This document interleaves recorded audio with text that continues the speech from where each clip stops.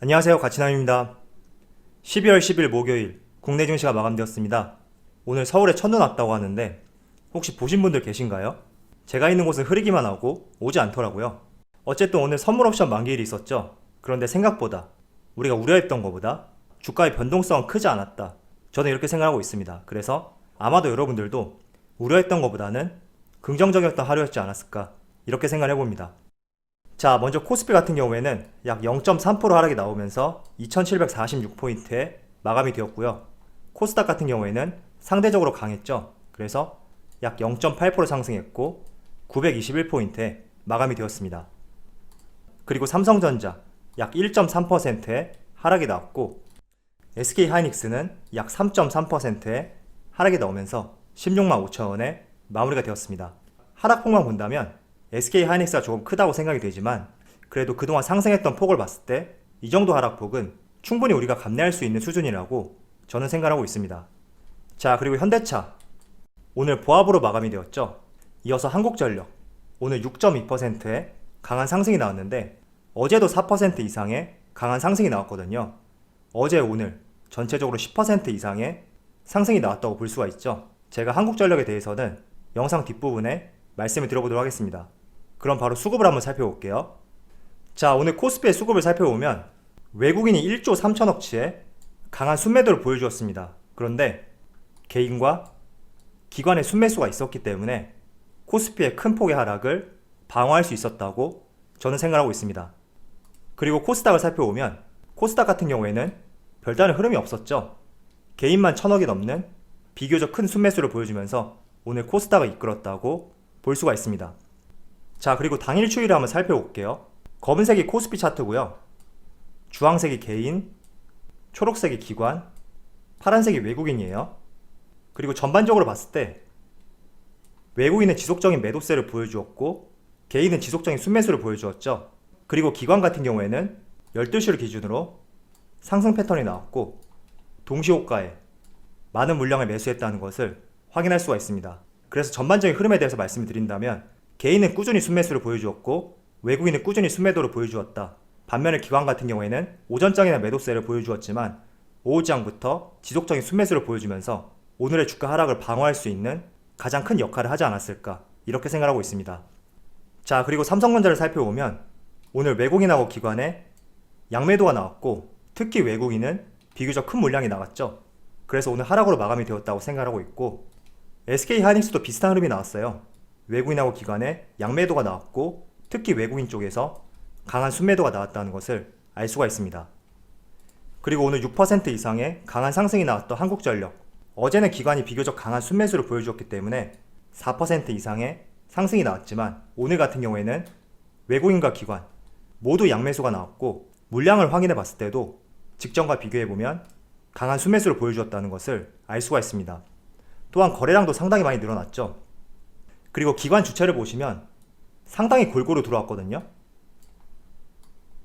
그래서 이 점을 한번 확인할 필요가 있고 내일도 어느 정도 연속성이 있는지 한번 확인해 보셨으면 좋겠습니다. 그럼 바로 주체별 매매 동향에 대해서 살펴보도록 하겠습니다. 12월 10일 외국인이 가장 많이 매수한 종목은 SK이노베이션, 한국전력, KTNG, 신한지주, LG전자 이렇게 5종목을 순매수 상위 종목으로 올렸습니다. 이어서 기관을 살펴보면 신풍제약, 한국전력, LG화학, 셀트리온, 대웅 이렇게 5종목을 순매수 상위 종목으로 올렸습니다. 지금 한국전력 같은 경우에는 앞선 외국인하고 순매수 상위 종목으로 동시에 겹치는 종목이죠. 자, 마지막으로 개인을 살펴보면 삼성전자, SK하이닉스, 엔젠바이오, LG화학, 카카오게임즈 이렇게 5종목을 순매수 상위 종목으로 올렸습니다. 자, 지금 보시는 자료는 앞으로 2021년이죠. 어떤 산업과 업황이 좋아질 수 있는지 한번 여러분들이 투자를 하시는데 참조가 됐으면 하는 바람에 가져와 봤거든요. 제가 이걸 보여드리는 이유는 여러분들이 직접 어떤 산업에 대해서 전망을 할 수 있고 또 내년에 어떤 산업이 시장을 이끌어갈 수 있는지 이런 점들에 대해서 항상 시야를 넓힐 수 있다면 종목을 선택하는데 조금이나마 도움이 될 수 있기 때문에 자료를 준비해봤고요. 그리고 지난번 영상에도 이런 점들에 대해서 많이 강조를 했었기 때문에 그래서 어떻게 본다면 지난번에 말씀드렸던 내용들에 대한 연장선이다 이렇게 이해를 해주시면 좋을 것 같습니다. 자, 좌측에 있는 자료는 제가 약 한 달 전에 한번 보여드렸었는데, 좌측 같은 경우에는 하나금융경영연구소에서 만든 자료이고, 우측은 현대경제연구원에서 만든 자료입니다. 그래서 이 각각의 연구소에서 전망한 산업에 대해서 한번 비교를 해보면서 객관적으로 생각해보는 것도 좋을 것 같거든요. 한번 말씀을 들어볼게요. 자, 먼저 내년에 화랑이 예상되는 산업이 2차전지하고 정보서비스예요. 물론 반도체하고 음식료, 이쪽도 안정적인 산업에 대해서 전망을 하고 있죠. 자, 그리고 우측에서 현대경제연구원에서 전망한 산업 같은 경우에는 오른쪽만 보시면 돼요. 좌측은 올해니까 오른쪽만 보세요. 그리고 화살표를 한번 집중할 필요가 있는데 이렇게 도는 거거든요. 그래서 우측을 한번 보게 되면 내년에 호황이 예상되는 산업이 ICT라고 나와 있는 것을 확인할 수가 있습니다. 자, ICT에 대해서 간단하게 설명을 하자면 이게 다 약자예요. I 같은 경우에는 Information, 그리고 C는 Communication, T는 Technology인데 한국말로 번역하자면 정보통신 기술이다, 이런 의미가 될 수가 있습니다. 그래서 ICT라는 큰 개념 안에 우리가 흔히 알고 있는 IT, 이 IT가 포함될 수 있다고 말씀을 드릴게요. 자, 그렇다면 하나금융경영연구소에서 전망한 내년 산업, 정보서비스,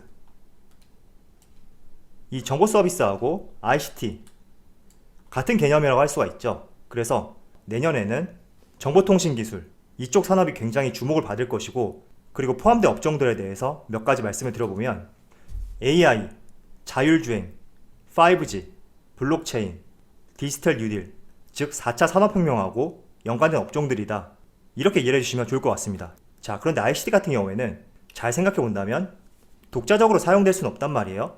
앞서 말씀드린 자율주행 같은 경우에도 결국에는 여기 나와 있는 자동차하고도 연관이 있고, 또 AI 같은 경우에도 결국에는 반도체하고 연관이 있단 말이죠.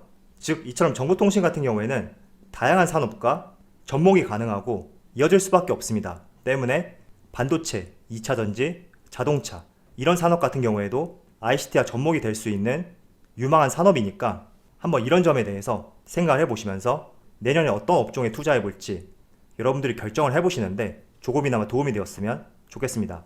자, 그리고 공통적으로 건설산업 같은 경우에는 내년에도 부진을 면치 못할 것이다, 이렇게 전망을 하고 있죠. 그래서 건설산업 같은 경우에는 가급적이면 보수적으로 바라보고 대응할 필요가 있어 보인다, 이렇게 말씀을 드리겠습니다.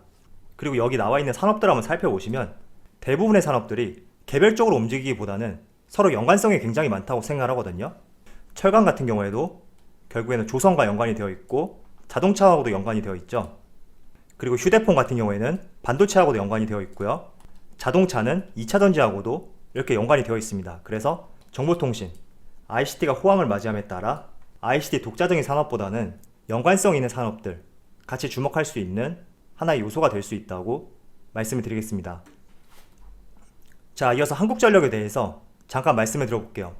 제가 한국전력 같은 경우에는 지난 10월 달에 한번 말씀을 드렸어요. 그때 제가 다뤘던 주제로는 연말 배당과 관련해서 은행주 외에 한번 관심을 가져보기 좋은 종목이다, 이렇게 말씀을 드렸습니다. 자, 그런데 제가 그 시점에 말씀을 드리고 나서 은행주와 금융주에 비해서는 별다른 시세가 나오지 않았거든요. 그런데 어제하고 오늘을 보시면 주가의 흐름이 상당히 강하다는 것을 알 수가 있습니다. 잠깐 차트를 보도록 할게요. 자, 현재 장 종료 약 40분 전이고요. 약 6.2% 상승해서 23,700원에 횡보를 하고 있습니다. 그런데 이렇게 올 한 해 흐름만 보더라도 최근 들어서 조금 가파른 상승이 나오고 있고 거래량도 많이 실려 있는 것을 알 수가 있죠. 어제와 오늘 이렇게 흐름이 좋은 이유에 대해서 결론부터 말씀을 드리면 연료비 연동제에 대한 기대감이다, 이렇게 정리를 할 수가 있습니다. 자, 연료비 연동제, 저는 한국전력이 다시 주가를 회복하고 상승 패턴으로 턴어라운드 하기 위해서는 다른 거 다 제껴놓고 연료비 연동제가 도입이 되어야 된다, 이렇게 생각하고 있습니다. 일각에서는 원전에 대해서도 많이 지적을 하고 있는데 저는 원전보다는 가장 1순위가 연료비 연동제 도입이다, 이렇게 생각하고 있거든요. 자, 지금 보시는 차트는 한국전력의 영업 실적하고 원전 이용률과의 관계예요. 영업 실적이 영업 이익이고요. 한번 차트를 보시면 빨간색 영업 이익하고 파란색 원전 이용률을 보시면 그렇게 큰 상관관계가 없다는 것을 확인할 수가 있습니다. 자, 그런데 이번에는 영업 이익하고 국제 유가의 관계를 한번 살펴볼게요. 빨간색이 영업이익이고 파란색이 두바이 이유. 얼핏 봐도 서로 비대칭 관계라는 것을 확인할 수가 있습니다. 자, 그래서 지난 2016년도 이 당시에 국제 유가가 40달러 초반을 유지할 때 한국전력은 12조 원 이상의 어마어마한 영업이익을 발생시켰고, 올해 같은 경우에도 코로나로 인해서 국제 유가가 많이 하락을 했죠. 때문에 이번 3분기에도 약 2.6조 원의 큰 영업이익이 나왔습니다. 자, 모르시는 분들이 많으신데 이번에 3분기 영업이익 중에서 삼성전자 다음으로 가장 큰 영업이익을 냈던 기업이 한국전력이에요. 그런데 철저하게 사람들에게 소외받고 있는 종목이고, 주가의 흐름도 영업이익과는 무관하게 지루한 횡보 구간을 많이 거치고 있다, 이렇게 볼 수가 있죠. 자, 그래서 이 원전과의 관계보다는 국제 유가의 관계가 한국전력의 영업이익하고 많은 연관성이 있기 때문에 국제 유가에 따라서 전기값도 조절이 돼야지 안정적인 한국전력에 영업이익이 발생이 될 수가 있습니다. 때문에 이런 점 때문에 연료비 연동제가 도입이 돼야 되고, 연료비 연동제가 도입이 된다면 한국전력의 주가는 그때부터 상승이 가능하다, 저는 이렇게 생각하고 있습니다. 자, 그런데 이번 연말 같은 경우에 연료비 연동제에 대해서 도입할 가능성이 그 어느 때보다도 높아진 상황입니다. 자, 가능성이 높아진 이유 중에 하나는, 첫 번째는 탄소 배출 중립이죠. 탄소 배출 중립이라는 말은 국제사회와 함께 2050년까지 탄소 배출량을 0으로 만들겠다, 이런 국제적인 목표라고 볼 수가 있습니다. 그래서 탄소 배출 중립을 하기 위해서는 전기요금의 환경 비용이 포함이 되어야 되지만, 이렇게 국제 유가에 따라서 한국전력의 영업이익이 널뛰기를 하게 된다면 환경 비용 포함에 대한 문제도 생길 수가 있고, 그렇다는 말은 탄소 배출 중립에 대한 제대로 된 투자가 될 수가 없다는 말이죠. 그래서 이러한 점들이 한국전력의 연료비 연동제를 도입할 수 있는 하나의 가능성이 될 수 있고, 또 두 번째는 지금처럼 저유가가 유지되는 상황에서 연료비 연동제가 도입이 된다면 오히려 전기값은 조금 더 내려갈 수가 있거든요. 그래서 이런 두 가지 긍정적인 측면이 있기 때문에 2021년 연내 도입을 계획 중이다 라는 것을 알 수가 있습니다. 물론 아직 확정된 것은 아니에요.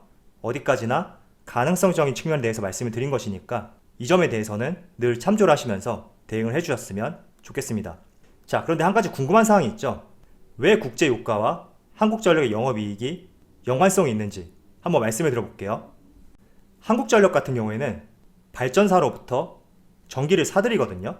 그래서 전기를 사들이는 도매 가격, S&P라고 하는데, 이 전력 도매 가격이 통상적으로 국제 유가의 등락에 따라서 연동해서 움직입니다. 지금 차트를 보시면 국제 유가와 S&P의 비교인데, 기간은 2017년부터 올 4월까지 비교한 차트예요. 두바이 유가의 흐름에 따라서 S&P 가격이 비슷하게 움직이는 것을 확인할 수가 있습니다.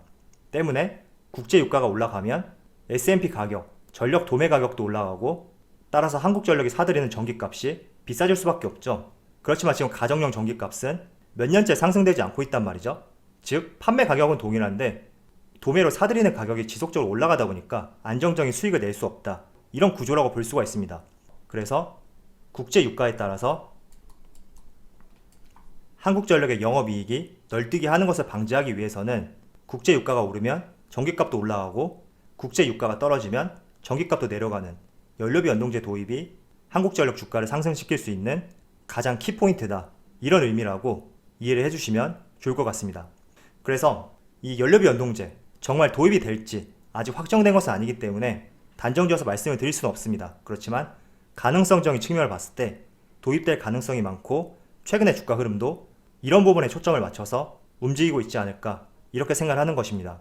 자, 그런데 지금 한국가스공사를 보시면 PBR이 0.34배거든요.